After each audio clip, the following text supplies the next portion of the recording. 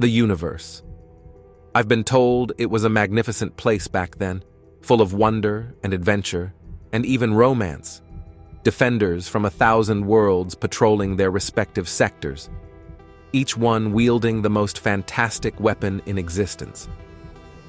For billions of years, the greenlanterncorps lit the darkest ends of space. They were the manifestation of hope and achievement, of righteousness and force of will, until one of their own destroyed it all, and the light of the green lanterns vanished. Almost. As the green spacecraft soared through the vast expanse of space, it left the searing heat of the sun behind. The ship's advanced technology allowed it to withstand the extreme temperatures and radiation of the solar surface. And now, it was on a mission of great importance. The spacecraft passed by various planets within the sector, and it has finally arrived to planet Earth. In Highway Mill, New Mexico, two backpackers surveyed the deserted wasteland. They walked alongside a heavy barbed wire fence that bordered an enigmatic base. "Have you lost your mind?" the first backpacker questioned his adventurous companion. "I'm not going in there. I don't want to get shot," his friend replied with apprehension. "The base has been deserted for years. All those stories about UFOs and Groom Lake. It was just the government testing stolen Soviet planes. They had so many. The pilots used to call it Red Square," his partner continued. As they approached the gate, his partner voiced his doubts. "You don't believe in UFOs?" "Do you?" he countered. Suddenly, a massive boom shattered the tranquility of the wasteland, making the backpackers jump in surprise. An oncoming spacecraft descended through the atmosphere with a fiery inferno, crashing against the deserted landscape at incredible speed. It screeched as it desperately tried to brace itself to a grinding halt.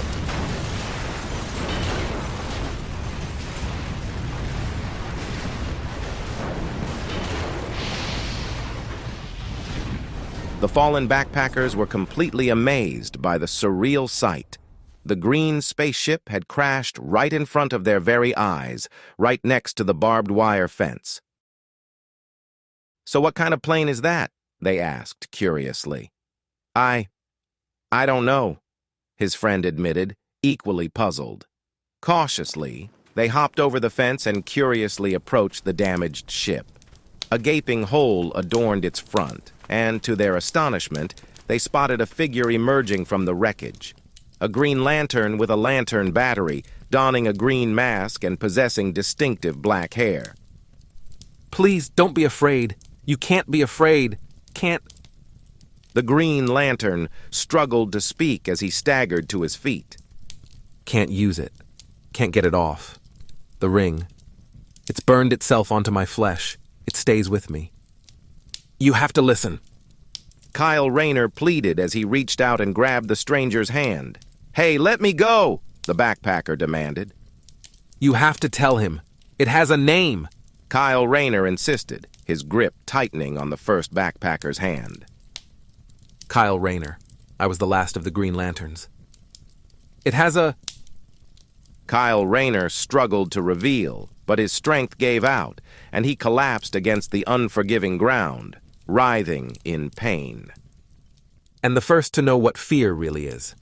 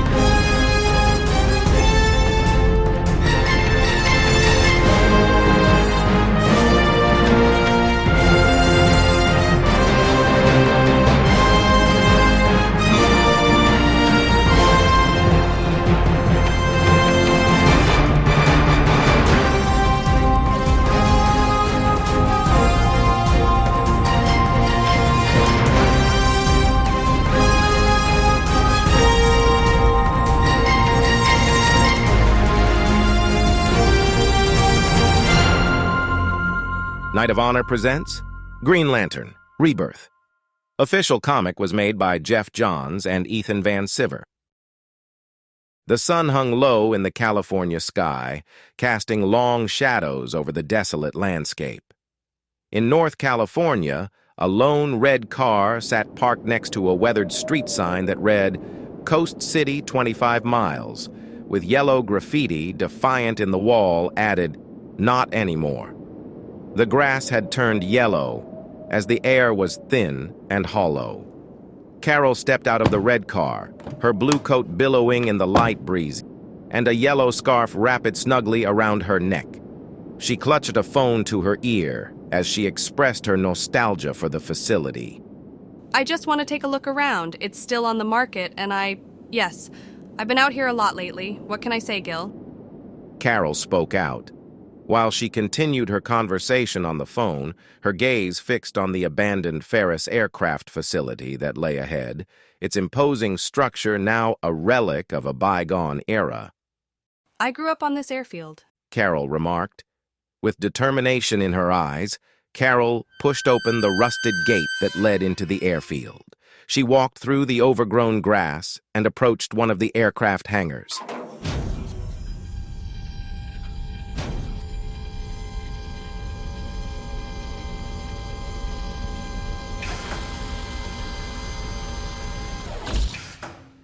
I can still smell the jet fuel burning.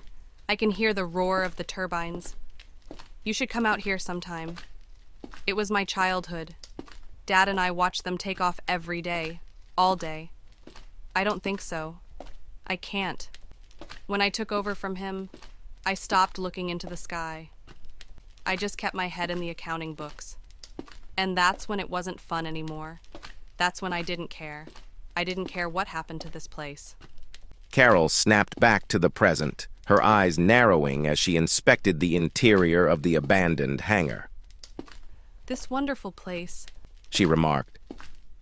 Just then, she was taken aback by something she had just discovered. Her friend's voice crackled through the phone, breaking the silence.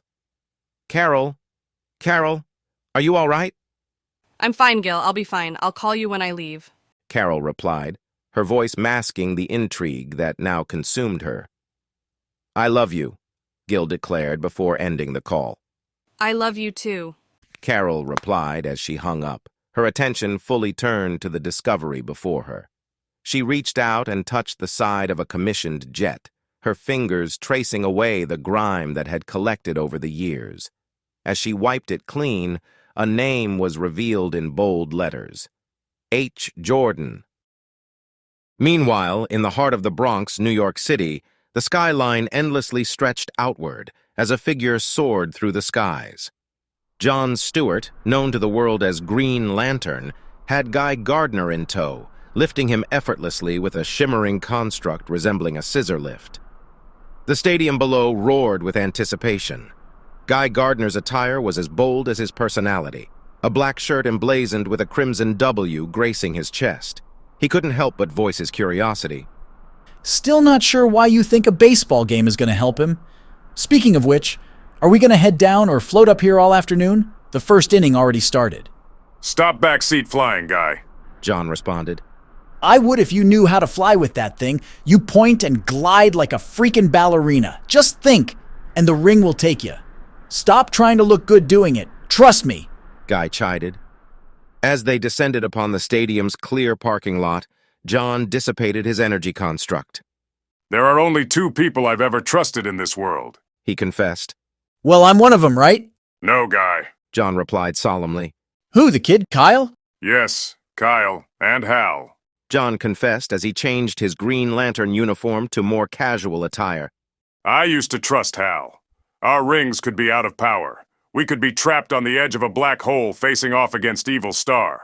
But if I looked Hal in the eyes, if he told me we were going to get out of it, I always believed him. I miss that look. John reminisced.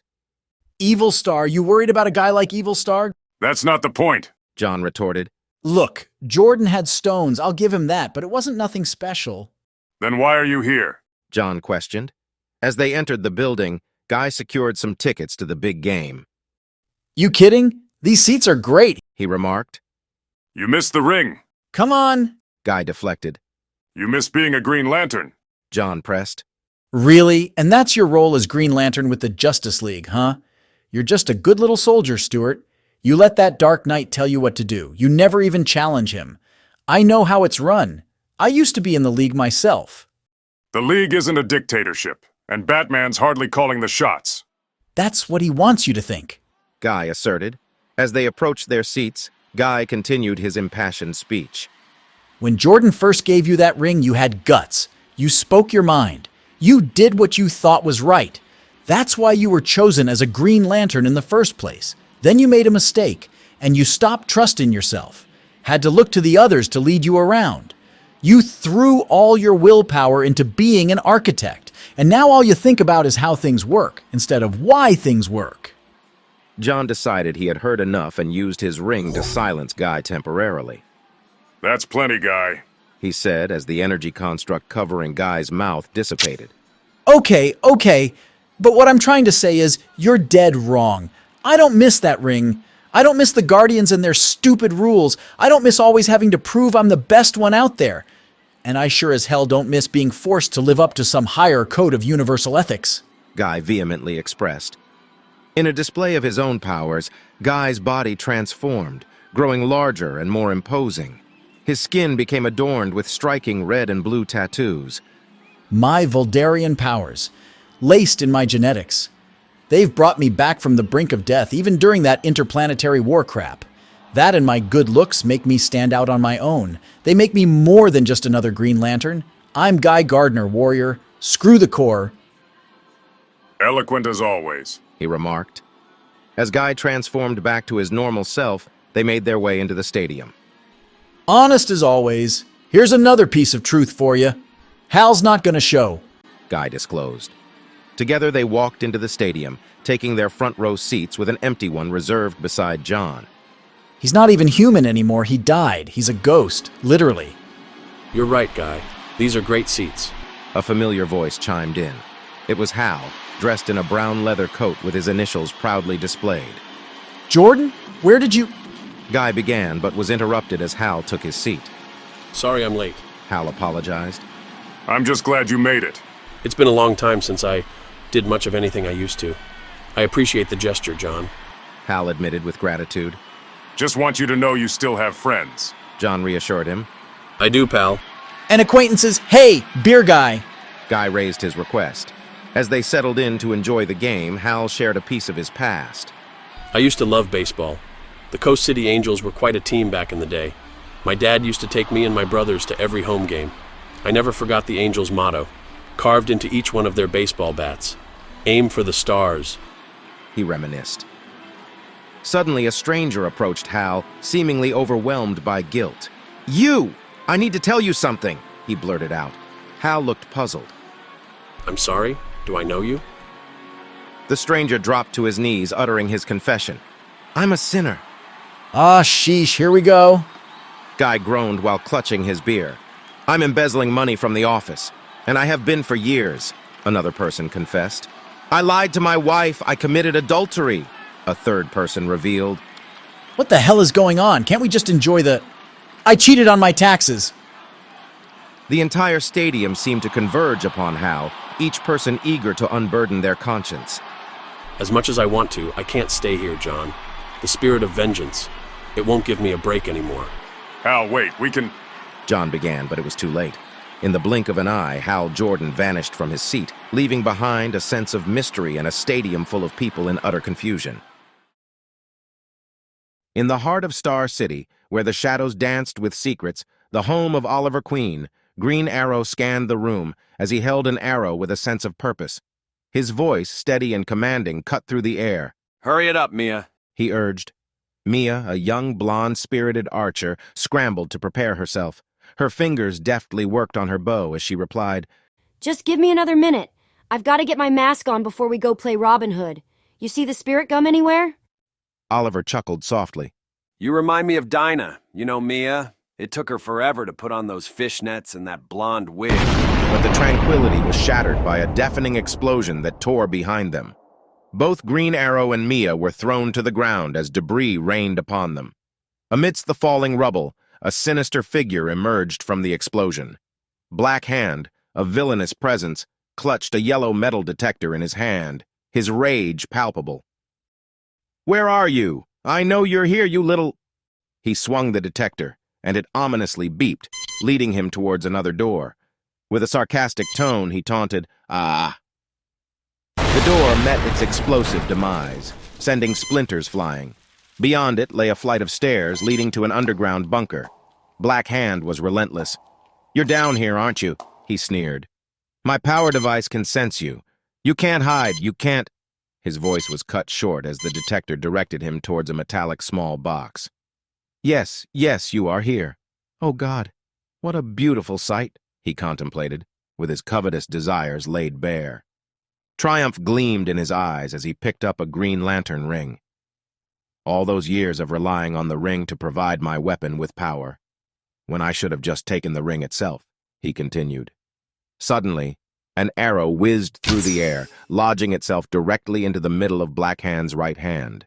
The metal box and the coveted green lantern ring crashed to the ground as the arrow pinned him to the wall.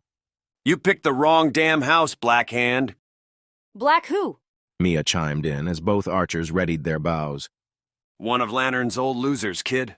Oliver replied, keeping his gaze locked on their adversary. Ollie? A familiar voice called out. Hal, speak of the devil. Oliver turned to find Hal Jordan standing there.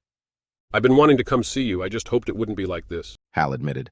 Hold on, all right. Let's cuff Black Hand and we can go talk. But Hal's demeanor shifted, and an eerie green energy enveloped him, transforming him into the Spectre. A green lantern symbol radiated on his chest, and dread filled the room. I'd like nothing more, Ollie, but that's not what I'm here for. The Spectre must deliver vengeance, he declared. No, Black Hand called out in panic. William Hand, you let your jealousy of your family's own success rot your soul. You have stolen that which is not yours. Countless times you have attempted to murder friends I care about, all in the name of gaining recognition from a family that doesn't love you. But in truth, your heart is as black as coal. No, please. Hal, what are you doing?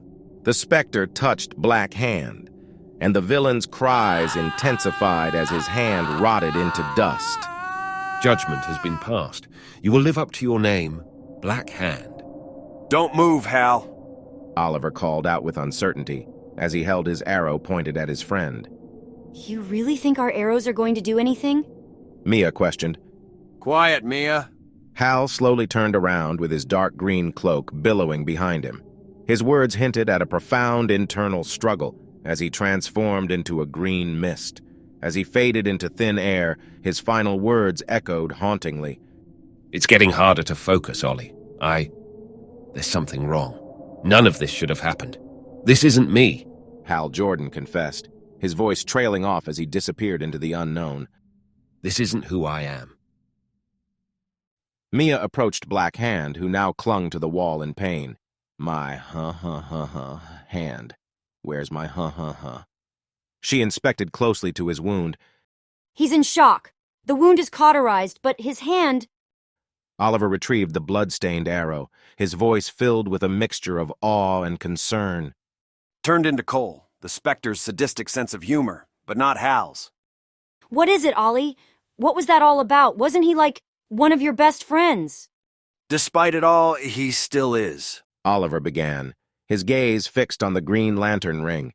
He delicately picked up the ring with the tip of his arrow.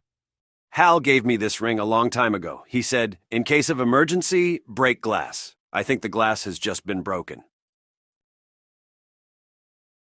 In the heart of New York City, nestled on a corner street, stood a massive pub known to all as The Warriors. Its neon sign flickered with a timeless allure on its sword. The interior of this establishment was a testament to the legends of the Greenlanterncorps, with life-sized statues encased in gleaming glass. These statues honored the guardians of the universe, Kilowog, Kyle Rayner, Guy Gardner, and Hal Jordan, heroes of the cosmos. Guy leaned against the bar, nursing a cold beer. Beside him sat John Stewart, a solemn figure in the dimly lit room. As they gazed upon the statues, their conversation began. You sure you don't want a drink? It's on the house. Thanks anyway. John replied with a hint of melancholy. Guy raised his beer and offered a toast. At least the Yanks beat the Bo Sox. Hell of a game. John acknowledged the sentiment. Look, maybe it isn't time for Hal to enjoy life. Think of what he went through, what he actually did after Coast City. The one true Green Lantern lost all his marbles. John's eyes locked on the statue of Hal Jordan, the hero who had once been their beacon of hope. Without him, it just feels like there's something missing, like the universe is a darker place. Guy took a thoughtful sip of his beer and leaned in closer. You weren't active when it went down, John. You weren't there to see it. Hal called himself Parallax. He went on trying to rewrite history, kicking our asses when we got in his way. And then it wasn't a question of has Hal lost it. It was a question of did he ever even have it. John's gaze remained fixed on the statue. He had it. He did die saving the planet. He used his power to reignite the sun. And now his soul is trapped inside the Spectre. God's spirit of vengeance, or whatever the thing is. Ain't exactly a step forward. He pushed away from the bar and stood up. So why do you keep this statue up? You and Hal never... We never saw eye to eye. And in case you're looking at history through rose-colored lenses, neither did the both of you. But I know, if something bad happened, if something really horrible went down in my life, he would have been there to back me up. You know what he would have done if he walked into my bar tonight? He'd pick out the most beautiful woman in the place, and in minutes have her wrapped around his finger like that ring of his. You were right, John. Hal was never afraid. And there's something missing. With that, Guy opened his beer bottle and took a long swig. John pondered Guy's words, realizing that perhaps there was a void in their lives, a void only Hal could fill. Aw, whatever. Let's call it a night. Suddenly, as if fate had other plans, Guy doubled over in pain. The glass bottle slipped from his grasp, shattering on the floor. He struggled to regain his posture, his face twisted in agony. Guy, what is it? John asked with a concerned look on his face. As John watched in horror, Guy's body began to contort and change. His black shirt tore apart as if possessed by unseen forces, and his skin seemed to bubble and writhe uncontrollably. Skin's on fire! John, get out! Hurry! Guy's voice trembled with urgency as alien cannons emerged from his body. Guy! John called out in panic. As he quickly summoned his Green Lantern uniform with his ring, a colossal cannon erupted from Guy's body. The destructive force unleashed tore through the warrior's pub, reducing it to rubble in a deafening explosion. Smoke and debris filled the air as John was blasted away from the uncontrollable chaos, a trail of destruction left in his wake.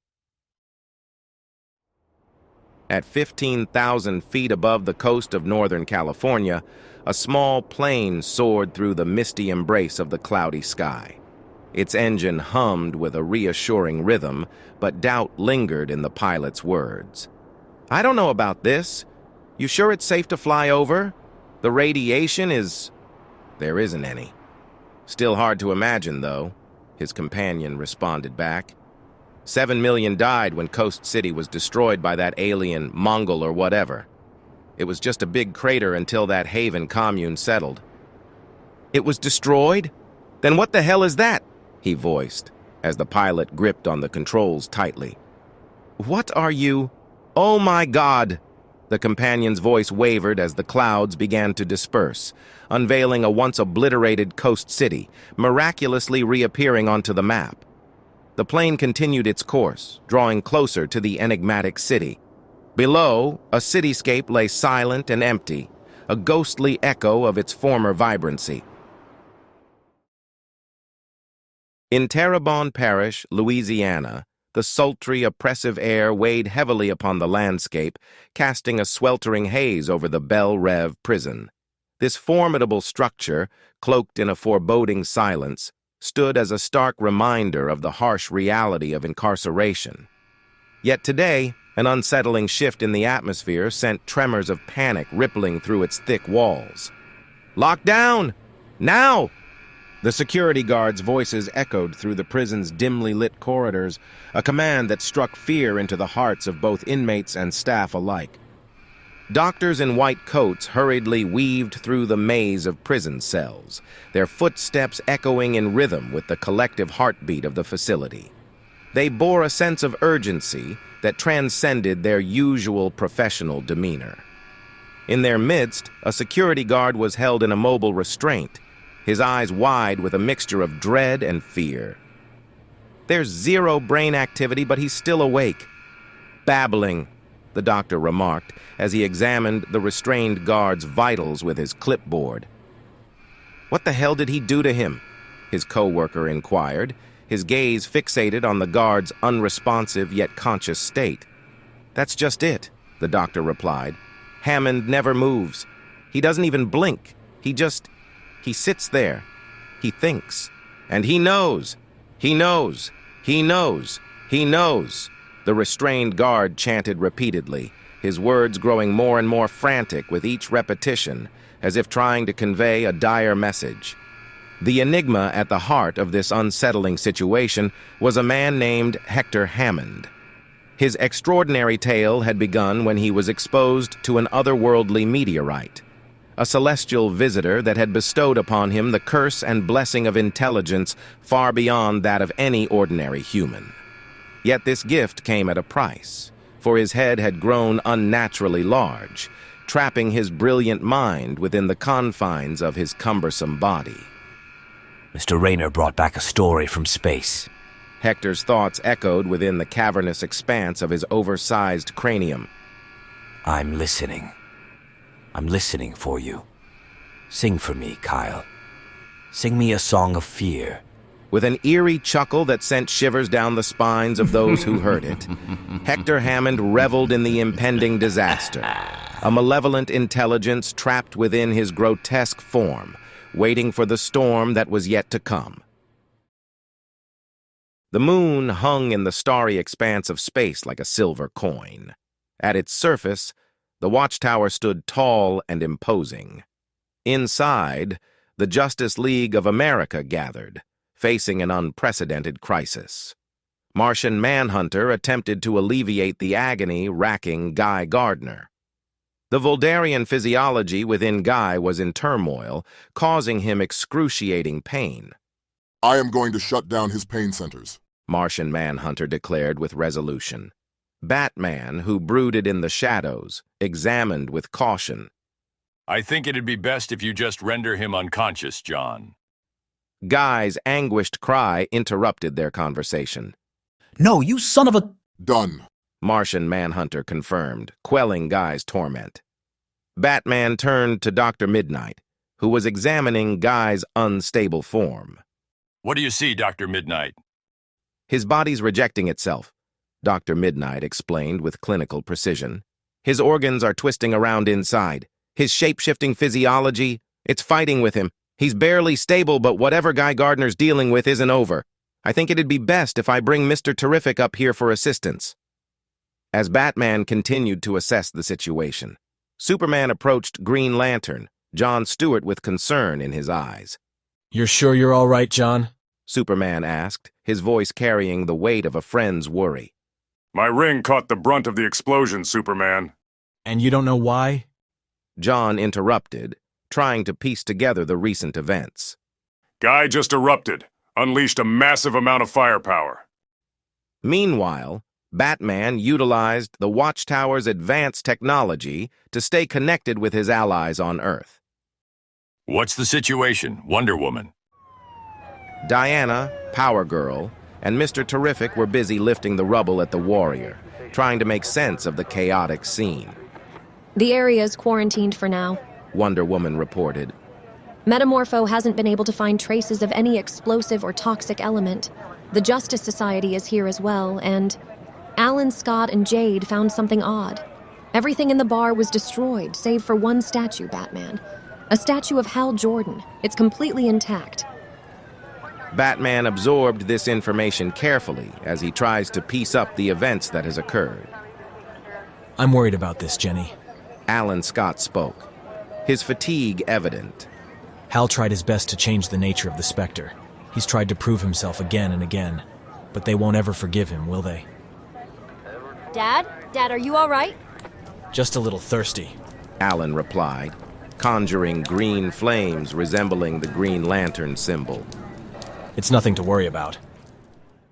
Hey, Batman. We've got something weird on the West Coast, too. Flash reported urgently. Those reports about Coast City, they weren't that far off. I mean, it's not back, but the Haven commune that was here, it's gone. And Coast City? Roads, street signs, stoplights. It's like a blueprint, but there's only one building. 22 Seaview? Yeah. Does that mean anything? Aquaman? It does to me, Flash.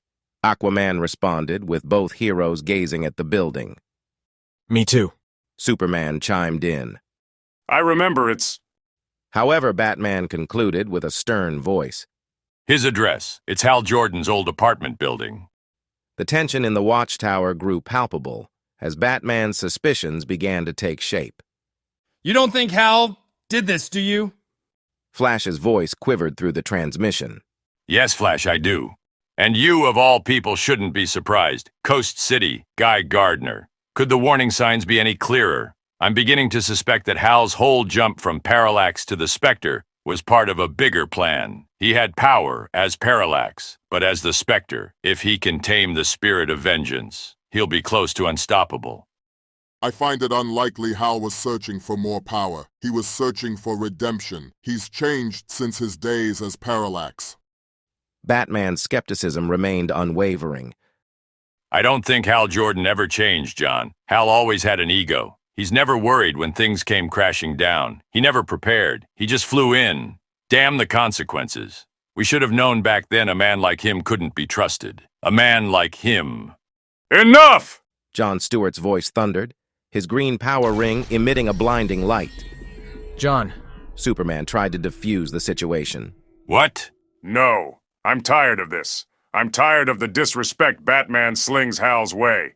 You've always had a thing against him, haven't you? And I finally see why. Hal is the one person in this world that didn't buy what you're selling. Hal was the man without fear. And what is the Batman when you're not afraid of him? Just a man. Rein it in, John. Green Arrow advised the group. As much as I hate to see it or even admit it, Hal isn't the same guy we used to know. I just saw him. He just severed a man's hand. He said none of this should have happened. I don't know what he means, but good God, is that Mess Gardner? This is strike 3. Face facts, John. The real Hal Jordan is back. Batman warned, his voice filled with dread. And he's bringing the past with him. The relentless rain poured down from the dark, stormy skies, drenching Carol as she sought refuge on the commissioned jet that Hal had once piloted. She found herself in the heart of a forgotten airfield, surrounded by abandoned fighter jets that bore the scars of past battles. The raindrops drummed a melancholic rhythm on the jet's metal surface, mirroring the tumultuous thoughts swirling in Carol's mind. In the midst of her solitude, Carol's gaze fell upon the damaged fighter jets that lay scattered around her. To her astonishment, something inexplicable unfolded before her eyes. The fighter jets, once battered and torn, began to undergo a miraculous transformation. Their twisted metal frames straightened, and their fractured wings mended, as if the ravages of time had suddenly reversed themselves. It was as though they were being reborn, emerging from the ashes of their former selves. What? Carol called out in disbelief. She could scarcely comprehend the surreal spectacle unfolding before her. Curiously, Carol ventured out into the rain, determined to investigate this extraordinary phenomenon. As she walked among the now revitalized fighter jets, she was overcome by an eerie sense of déjà vu. And then, just as she began to question her own sanity, a figure materialized from the shadows, standing next to one of the immaculately restored jets. Hal? Hello, Carol. But there was something different about him, something enigmatic and otherworldly.